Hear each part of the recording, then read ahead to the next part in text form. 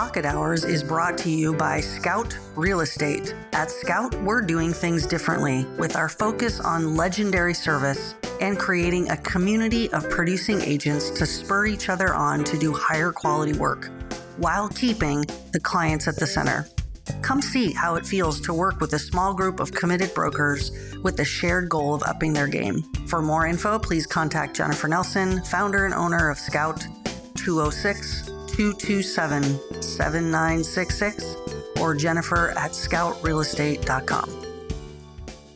Hey folks, Jennifer Nelson here with Pocket Hours. I have a very fun guest. Sarah Georgia Clark is on the call today. And what I'm thrilled for you to hear from her is how much she focuses on joy. She talks a lot about how her success is about focusing on what brings her happiness and joy. And as a result, people cling to that. They are attracted to that. And thus it gives her quite a bit of business. So tune in to hear from Sarah Georgia Clark. Welcome to Pocket Hours. Thank you so much for being on the show. Sure thing. Yeah, appreciate your time. It is just so you all know, listeners who are listening to this in years to come, it is a blustery Seattle day, which is normal, except for yesterday we had an incredible sunny day, which we've all been grateful for because we've had more rain, historical rain, than we've ever had in the month of June. So we are ready for summer. It's time. It'll come. It's coming. It's coming and we're excited. This weekend even. It's supposed to be beautiful, so we're excited. Sarah, how long have you been in the business of doing real estate? Almost 10 years or so. I think I started in December of 2013 as a buyer's agent. All right. Excellent. Before we get into more real estate stuff, though, tell us a little bit about who you are. Family, pets, all the things. Let's see. I am an almost empty nester. I have a 20-year-old son who's home from college right now. And then I have a 16-year-old son who's about to be a senior in high school. We have one dog, and we're looking towards a busy year next year. Our son is going to be a senior, but then we're also hosting a foreign exchange student from Italy, which I'm very excited about. Ooh, fun. Yes. Turns out he wants to be an NBA player. So I'm researching the job of momager. So that's momager. All right. Momager. Yeah. So this year is a year where I've started to figure out my garden. So I've been out in the yard a lot and planting things and watching things grow and weeding and just really enjoying that, which is a new hobby for me. I've never cared about any of that for years and years. This is my third house. I've never had any interest in getting out in the yard until this year. So definitely entering empty nester territory. Yeah, for sure. You have the time to actually focus on it. That's amazing. Yeah. And this house I know that you purchased has kind of been your baby. You've done a giant remodel, and maybe that's why you want to be in the yard too, because this is your production. Yeah. I'm finished with the inside, and now the outside, I want to make it look good and everywhere. You know, there's people that I have neighbors that have decks, and everybody can see everybody's yards. And so I want to make sure that what they're looking at is something that I'm proud of. No doubt. Yeah. That's super fun. Well, congrats on where you are in life. And certainly I want to say for the listeners that those of you who don't know, Sarah Georgia Clark is in the top 0.5% of realtors in Washington state. So congrats on your incredible success. I didn't even know that. There you go. I haven't been paying attention. So I'm like, oh my gosh. Yeah, it's exciting. So funny. As I've interviewed producers in this podcast, it's funny when I tell them about where they land sort of in their percentage. This is the common refrain. Look at that. Because it's so not the goal, right? Which is beautiful. They have just found success by being so good at what they do that they're definitely not worried about where they rank, I guess. And so, yeah, your response is right in line with everybody else who's doing really well. That's funny. If I pay attention to that too much, I start to get anxiety. So if I just stay in my lane and look forward and focus on my own lane, it feels a lot better than starting to look behind me or next to me or in front of me and all of that. Totally. So tell me, how did you get into real estate? What were you doing before? What was your previous career? I was a stay-at-home mom. Okay. For probably, I would say 10 years or so. So I was nannying. I was working at a preschool. I worked at a yoga studio for a little while. And then when we moved into our second home, I made the pact with my partner that I would get a job. So I started working with I started working at Keller Williams, and there was a couple, Zach and Jody Hill, who hired me. Our sons were in the same class, and they hired me to be their assistant in September. And then by December, I was licensed and their buyer's agent. And I did that for probably about a year and a half or so. And I really liked it. Turns out it was something that really fed me. I loved meeting new people. I loved helping people. I loved just kind of the day in, day out excitement of what's going to happen next. And I decided to go on my own, and I went over to Windermere because the agents that I used when I purchased my homes were Windermere agents, and I was, friends with them, and I liked their businesses and liked what they did. And so I was there for about 5 years. And then when I wanted something smaller and something a little bit more boutiquey and a little more intimate, I moved over to Metropolis, and I've been there since, gosh, I think it's been 2.5 years or so. Right on. That's great. And if you could look back and talk to yourself as a brand new agent again, after you sort of stepped out on your own, is there any advice that you would give to those who are 1 to 3 years in the biz? Like, gosh, knowing what you know now, is there something else you would have focused on, or maybe even something you did focus on that you would want to highlight for those folks that are just starting off? I think the biggest surprise for me is that the people that I knew that were in my world 20 years ago, 17 years ago, like the parents at the preschool and my kids were really small, or friends that I had before I entered this chapter, are people that are going to show up in your world in the real estate realm. That's been really surprising. Is, there's people that I've met, haven't talked to for 10, 12 years, and they reach out to me like, hey, do you want to, we don't know, would you like to sell my house, kind of thing. So really fostering the relationships that you have, even if you're not sure if you have a relationship with them. If you would say hi to them in the grocery store, those are people in your realm that know who you are, and making sure that they know that you sell homes, and making sure that you're still kind of in the fold. Mostly just really saying hi to people in the grocery store that you think you might know, you recognize, to stop them and say hello and all of that. I think a little bit of what you're saying is that your database of folks, your sphere of people, might be a lot bigger than you think. For sure. Okay, gotcha. So yeah, it's all the people that you know and sort of know that would recognize you, that can be counted as in your sphere. Yeah. Absolutely. Like yeah. it. People that you don't think that they remember you. Yeah. You remember them, because I know that I'm really good with faces. So I could recognize people. I could recognize their children out in the wild. And so I assume the people that, I don't know, I guess I just figured that people can't recognize and don't remember, but they do. Got it. Okay. And then as you continued on, I know this because I've known your career from the beginning till now. There was a point at which you were doing well in real estate, and then there was a turn that you're doing better than almost everybody else in real estate in terms of Washington State and just whatever. You became excellent. You became a master at this industry. And I wonder if you can sort of talk for a minute for our listeners about what you think attributed to that shift from going to, I'm a really good broker, to, wow, I'm a master at this. The master, like, I don't walk around feeling like I'm a master at this. I'm always learning. I'm always surprised. There's always situations where I'm like, I wish I would have known that, or I haven't, but there was a time where I decided that I wanted to focus on what made me happy in my personal life, and then bringing people into that fold. So like having hobbies, having interests, and then welcoming people or meeting people in that world. For instance, like going to restaurants and trying new places. So I would invite everyone I knew that also liked to go out and socialize, and I would have a group of people. Or I wanted to volunteer for a nonprofit called PEPS. So it's new moms. And, I used to work in preschools. I have a degree in early childhood education. And so I decided to be a host of a PEPS group. So all these new moms came into my home with their babies, and we built relationships that were very separate from real estate. And from there, the referrals build.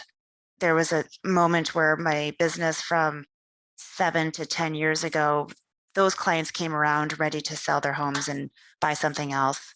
And then the new people in my world were apparent. And then from there, it just kind of compounded. But that's how the business grew. And I have a wonderful assistant who helps me with my marketing. I have the ability to, like, I have a little bit of, I can figure out my week. I know what I'm supposed to do to build my business. And it all started from really open houses, and lots of open houses.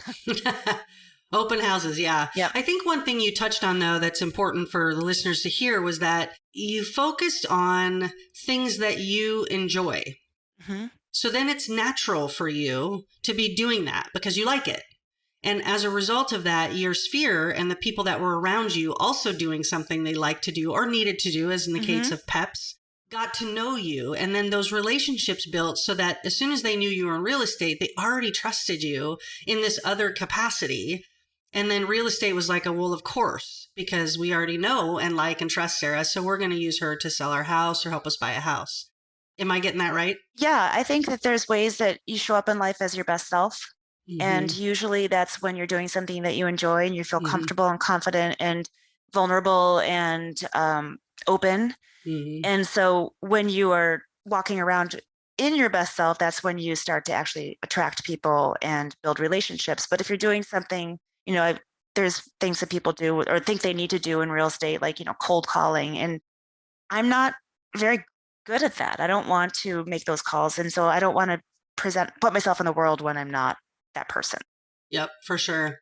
And there's lots of ways to move forward in real estate, like you said, but I think that if you're told that there's only these 2 or 3 ways to do it, and this is how you have to do it in order to have success, is when you don't have success, right? Because you're trying to fit a mold that worked for someone else. Yeah. And it's always interesting to me to see people that I thought, that's amazing that person is doing so well in real estate. I would have never guessed. And it's because they're being themselves fully and attracting people that like them, right? It's such a cool field because so many people can have success in different ways. Right. Yeah, that's cool. So transition for a minute into a day in the life of Sarah Georgia Clark. Like, I know they're different sometimes, but what's a day look like? I never know. I do know that the beginning of my weeks and the beginning of my days in general are busier. So I'll try to wake up and work out, and usually Mondays and Tuesdays I have my meetings. Wednesdays are catch-up days. So I'll go to my morning meeting, then I'll meet with my assistant, and then from there I might go stop at by a listing or meet at the landscaper or walk through with clients and things like that. Like today I have this, and then I have a few hours free, and then I'm going to go do an inspection, so fortunately there's a few hours in my day. So if somebody calls me or if I need to go somewhere, I can just pop in. If not, I'll sit at my desk and, make calls or reach out to people. But it really varies, obviously. I mean, Fridays, I like to try to be more social and get out and do things, or try to, fit in walks or go to the thrift store and just zone out at just thrifting. Tinker around. Yeah. Is there any portion of repetitiveness or pattern to any part of your day? No. To sort of keep it going with the flow. Yeah. I mean, I do know, like in the morning, I like to drink my coffee and do my Wordle and check my things. It flows in a certain way, but I don't wake up and at this time and then do this at this time. And I try to fill the gaps. Got it. And if I don't have anything to do, I'll go out in the garden and weed. Plant something. Yeah.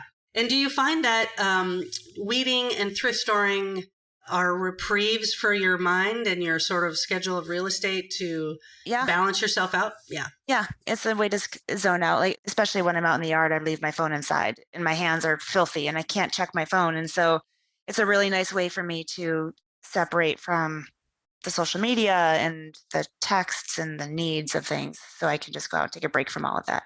I love it. Yeah. I heard somebody say recently that there's a dirt French manicure that's going to happen this summer for a lot of these people. That's so true. Someone told me I had farmer hands the other day, and I'm like, thank you, but no, that's not a compliment. But it might be to a gardener. We don't know. We'll take it. Okay, so in your 10 years now, can you think of something off the top of your head, and it's totally fine if you can't, what's been a strange occurrence for you in real estate? Anything come to mind? There's been times where I went into a home and someone had used the shower and slept in the staging furniture, and those kinds of things have happened before. I need to think about that a little bit because I feel like there is a story at the tip of my brain. But okay, well, while you're thinking about it, I'll share one of mine because I know it'll come to you. I showed a house one time at a condo on the east side, and this guy was having a full-on love affair with his cat. I mean, no doubt. This was a single guy, I want to say, not to my surprise, no offense to him, probably a lovely man, but there were no fewer than, I would say, 30 pictures, like professional pictures of he and his cat. doing various sundry things, but absolutely professionally and all over, giant frames of them and then little frames of them. And then like, some sort of plaque. I mean, he made all the company made $1 million off him because he kept buying their product for his different shots. And we couldn't even see the condo because we were so enamored with we just looked at all the pictures and laughed and left. Like the condo was very secondary Right. to what we were experiencing. Yeah. And we wanted to say shame on that listing agent for not helping him understand how to get market ready. Right. And decat the place. But yeah, a fun story. Right. Pocket Hours is brought to you by Scout Real Estate. Hi, I'm Jennifer Nelson, owner at Scout Real Estate. I started this firm with the vision of doing things differently, with our focus on legendary service for our clients and creating a community of producing agents to spur each other to do higher quality work. If you are interested in learning more about how a small group of like-minded brokers have come together to have some fun while doing a lot of business, reach out to me, 206-227-7966, or email jennifer@scoutrealestate.com. I promise you this, fun is a high priority for me, but so is winning. So if you appreciate those two things, you might be interested in Scout. Looking forward to hearing from you. Yeah, I mean, I think that the stories I have are more like somehow the keys are not available and I have to climb through a dog door and, a dress and heels, like feeling really grateful that I fit through the dog door. Why to stay thin in real estate? Yeah, really. And then, there's another time where I tried to get keys out of a contractor box and they fell in the cracks of the porch down into the belly of that was the worst. And, go on your hands and knees and try to find all of that. It's the slow motion, right? Where you're like watching them fall and you're like, please don't go in the crack. And then they do. Yes. And the thing with, the clients they feel so bad for you, but there you are on your hands and knees under the deck. If you ever need to help your clients feel empathy, drop the keys in the crack, because then they'll all of a sudden feel like she worked so hard for me. She's going to go get on her hands and knees to find those keys. Yeah. I love it. Okay, so now I want you to talk a little bit to the agent that has been doing this for, 5+ years and who feels like they're plateauing. They have really similar number of transactions every year. They can't seem to sort of up their game. Mm-hmm. Is there anything you could say to them about something they might try or think about or strategize around that, changing that? Well, I think a lot of it is mindset. It's really easy. I mean, this job is you have to have a really thick skin and you're going on job interviews every day. Yeah. And it could be you get to a point where if you don't get hired or somebody chooses somebody else to list their house or buy with you, it can get to a point where you really have the self-talk of like, might not be for me. And figuring out a way to feel good about how you feel about yourself and your confidence in that. So it goes back to the whole what do I love to do, what brings me joy, where do I show up as my best self, and actually go out and into the world and do those things and meet people and do your best to have engagements with the people that you run across, and then it falls into place from there. Then you're excited to see your friends, and then your friends talk about real estate, and then suddenly and then definitely just walking through homes, doing the broker tours, hosting open houses, getting in, faking it till you make it in that sense too. But also remember what you did in the beginning that worked. Mm-hmm. Back to fundamentals. To fundamentals. And that's kind of where I am now. The market is shifting and my pipeline is a lot smaller than it was. I'm like, okay, I need to do open houses, and not only open houses, but I need to go in there with, I'm going to meet someone today and I'm going to, maybe instead of hosting it and sitting and making sure my seller is happy and try to sell the house, I'm actually going to find someone and get to know them and be a resource for them. Yeah. It's an interesting balance between focusing on the outcome, which we know rarely works, and instead being really joyful in the process and figuring out how can I get curious about how I can help someone. And that help might be not selling them a house, right? And being okay with that. Yeah. And when you're saying, gosh, I really want to up my game and I really want to be a more productive agent and sell more houses, it's an interesting mind shift to say, potentially not focusing on selling more houses is going to help you sell more houses. Right? Yeah. I mean, just a couple weekends ago, my friend and I went to this, community yard sale thing, and I ran into somebody that I haven't seen in 10 years. And we chatted and, what's going on? And she said some nice things about, she's like, always follow your business. And we talked and then, she had a birthday. And so I followed up like, so good to see you the other day. Happy birthday. But that was just one moment. But throughout that weekend, I ran into random people that I haven't seen in a really long time. And usually, like staying at home, where we were so used to staying at home and being in our own little bubble, but actually getting out there, it turns out there's a whole world of people doing stuff. And especially now, right? Like with Yeah. COVID sort of changing, you're like, oh, Yeah. we're back out there. Yeah. Yeah. I was down at a park yesterday, and there were so many people rollerblading, and there's just this whole world of people Hmm. out and about, and I wouldn't have ever have known if I had stayed at home. Yep. And I do think, to your point, and I love that you brought this up, that it's super easy, especially when you're not feeling particularly productive or like, I just lost a deal or I didn't get a listing, to just hunker down and do a Netflix, binge. In all reality, we need those every now and then, right? Or weeding Sure. or thrift weighing. But if that's your go-to, you're not going to do what you just did yesterday, which was to say, I'm going to go out there no matter what and see who I run into and have that be the thing that gives me joy and potentially will probably bring me business at the same time. Yeah. Yeah. It's easy to rather, I think, sort of get isolated. Yeah. And I think too, okay, I should follow up with this person. So there's a lot of like, oh, you should write them a card and send them a card, which is great. You could totally do that. But I would prefer to send them a message over the phone somehow and be like, that was really great. I loved seeing you, that kind of thing. And so it kind of goes back to whatever makes you feel like you're the best version of yourself and more natural to you. As long as you do something. Yeah. Do something. I love do it. something. So tell me a little bit. I want you to get as vulnerable as you feel comfortable, but what is the hardest part of this business for you? Sometimes I am a better friend to my clients. I show up more and work harder and am more on with my clients than I am with my actual friends and family. Yeah. which is hard because I know that, like, when I'm relaxed and comfortable, I get quiet. I like to just chill and let the world happen around me, kind of thing. And it's not very exciting for the people in my life that love me. Whereas when I'm out and about, working, I'm very energetic and outgoing and, that kind of thing. So I feel like I work on that. I work at trying to have more balance and to have more energy for the people that love me for outside of real estate. Okay.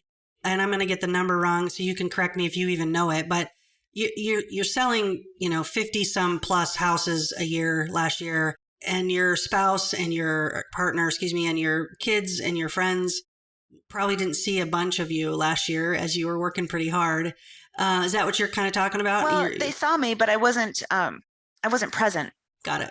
So I was home, stressed out on my phone, writing offers. Like we're supposed to be watching a movie, and I have my computer in front of me, Yeah. writing an offer, or stopping something in the middle, or stopping dinner and going to the room to take a call. Yeah. That's the kind of. I mean, it's really the family understands. It's the friends that are not in the business that I've known for a really long time. Yeah. That really don't get it at all. Yeah. Which is why, hanging out with other realtors is fun, because it's no big deal to take a call. We're all just working and hanging out at the same time. That's right. Pressure's off. I had another interview recently, and I was talking about going on vacation and how it's always been sort of a lowercase v vacation for my career, right? Because I know going in that I'm going to bring my computer and phone, and I'm okay with that. And I'm super excited to be able to do whatever I have to do sitting poolside. Yeah. And that's a vacation for me. Like I don't remember the last time I went on a vacation and didn't respond to something real estate related while I was gone. And I'm okay with that. But other people are like, well, that's not a vacation, And I'm like, no, it actually is. It's totally a new scenario. Yeah. Yeah. When you got your buddy next door, like, laying in the sun, having a cocktail, and you're working. I'm like, I'm sorry, I'm not very fun right now. I'm totally working. Like, I feel bad for them then. Got it. Okay, so let's switch gears for a minute to current market. Interest rates are double what they were at the beginning of the year. Mm-hmm. The market has shifted as a result. A couple different things have impacted that. As you're talking to buyers and sellers right now, how are you describing this market? Well, it's uncertain. Everyone is uncertain. No one knows where to price, what homes are worth. Everybody is kind of waiting for someone to tell them something specific about value and about what their houses will sell for, or what they can buy a house for. But when I sit down with buyers, I explained to them. So back, 2 months ago, they would tell me their budget. So say their budget was 700,000. And then I would say, okay, well, subtract 20% from that $700,000. And that's where you should be looking for a house. That made no sense to them, but it was a really disappointing conversation because they're looking at houses that they thought they could afford a $700,000 house, but they needed to be looking a good 25% below.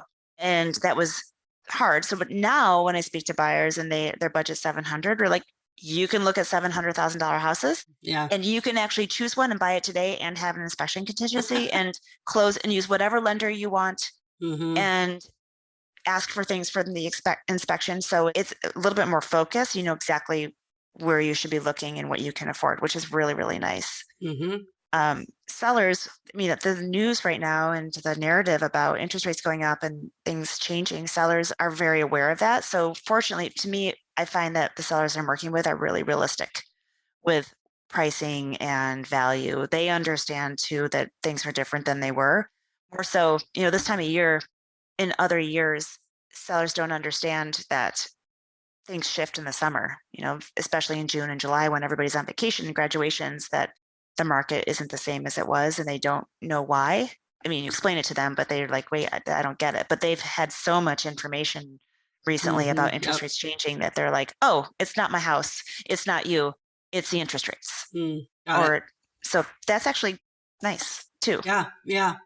And in terms of the market shifting, at least for me, I feel like it was damn time that we have some balance coming back and giving buyers a little bit more opportunity and not Yeah. having an escalated market. So I feel actually I'm taking some deep breaths right now of saying, okay, we're getting better at a more balanced market, which is better for everybody, I think. Yeah. There are people that I would have told there's no way you could buy a house right now. No Mm-hmm. way. And sure enough, they all got houses. I mean, so that's why my pipeline is shrinking. Before I had this great pipeline because no one could buy a house, and now they're all Exactly. getting them. And you're like, oh, I'm looking at my whiteboard right now. Like, yep. The ones that aren't buying aren't ready. Got it. Yeah. I just wrote an offer yesterday and we wrote it for 50,000 less than the list price and got it. Yeah. And I thought, well, I think that's been at least 4 years for me Mm-hmm. that's happened. So, yeah. Yeah. And it's a whole new skill set that, well, some people are learning, but I'm, remembering like, oh, right, the inspection contingency and negotiating that Yeah. and the coming together and it might not come together and all of those nuances and a lot of people aren't used to it all anymore. Yeah, for sure. It's good to refresh your memory. No doubt. So you have a reputation, and I think you know it, but I'm going to tell you anyway. It's a good one, around being very, very good at the socials, being able to be yourself and show up as yourself on social media in a way that has a lot of people following you because they just like you as a person. So tell me a little bit about, was there a strategy or was that it? Just that you sort of went after the socials as yourself? I think there's social media pages that I follow that don't do that.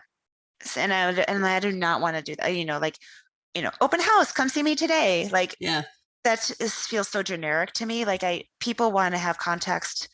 They want to have a little bit of a story behind it. They want to be able to see themselves in a situation. And so when I'm posting about real estate, I try to personalize it so it's interesting to someone because they can see the human side of it. And the same for me. Like I don't want to pretend I'm something that I'm not. It's exhausting. I don't even know how if I tried.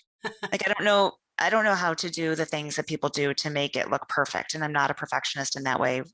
And I think authenticity is so important. I mean, I look for that in other people. I want to know who you really are. Like once you show me your flaws, like, okay, we could be friends now because you're not faking it. You're just being, yeah, authentic. Yeah, I love it. That's great. And I want to just kind of repeat because that's what we do on podcasts sometimes, but I want to have you know, listeners, Sarah just said a super important thing about the socials, and that is to say, you're not using social media, Facebook, Instagram, whatever you use, as a way to promote your business. That's not really the goal. The goal is for, in my opinion, and I think, Sarah, you exemplify this, is to have the people that follow you get to know you more and see themselves. This, your exact words were, see themselves in the picture you're creating. And that's where they connect. So you can say, come see me at an open house. I'll be there from 1 to 4, wah, wah.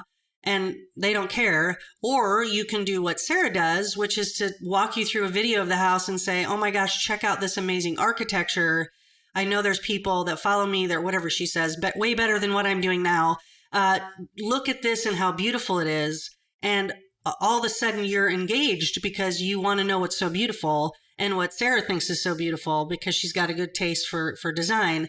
And all of a sudden I'm engaged, right? Like what a difference between come to see me from 1 to 4 and check out this amazing feature in this house, and not even talking necessarily about the house price point, where it is, anything, but just that you're there and you're appreciating this piece. Yeah, and every house has something different. The one that I just listed has a lot of accessibility features.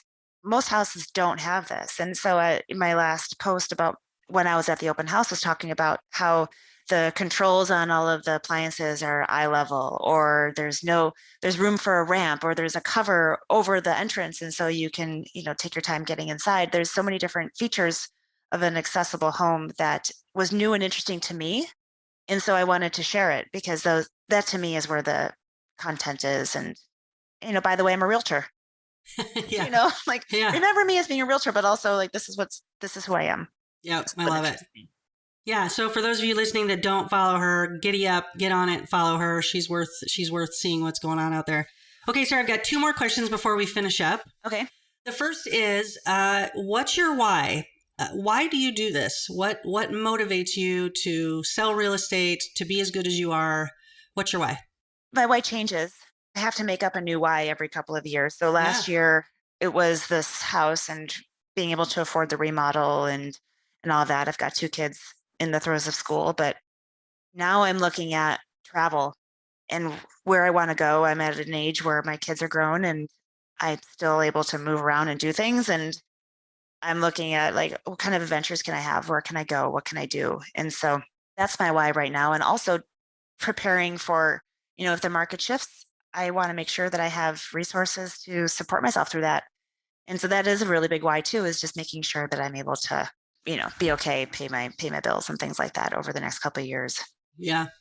I love that you just said your why shifts, because it is weird to get stagnant in a why. And you have to sort of, as we reinvent ourselves, right? Our lives change and our needs change and our motivations change. And so being able to reinvent yourself is important. Okay, last question. If you could crystal ball it, next 12 months in real estate, someone says, what's it going to look like?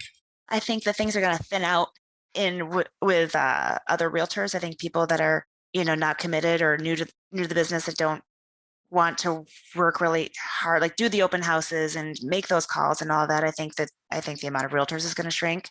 I think the amount of lenders is going to shrink. I think that people are going to be sharpening their skills and trying to do their best to get as much business as they can. I think it's going to be a reset normalization, and there's a little bit of a storm where you hunker down and you look at your materials and you look at your business practices and you can reinvent yourself and come out of this with a new point of view. Yeah, I like it.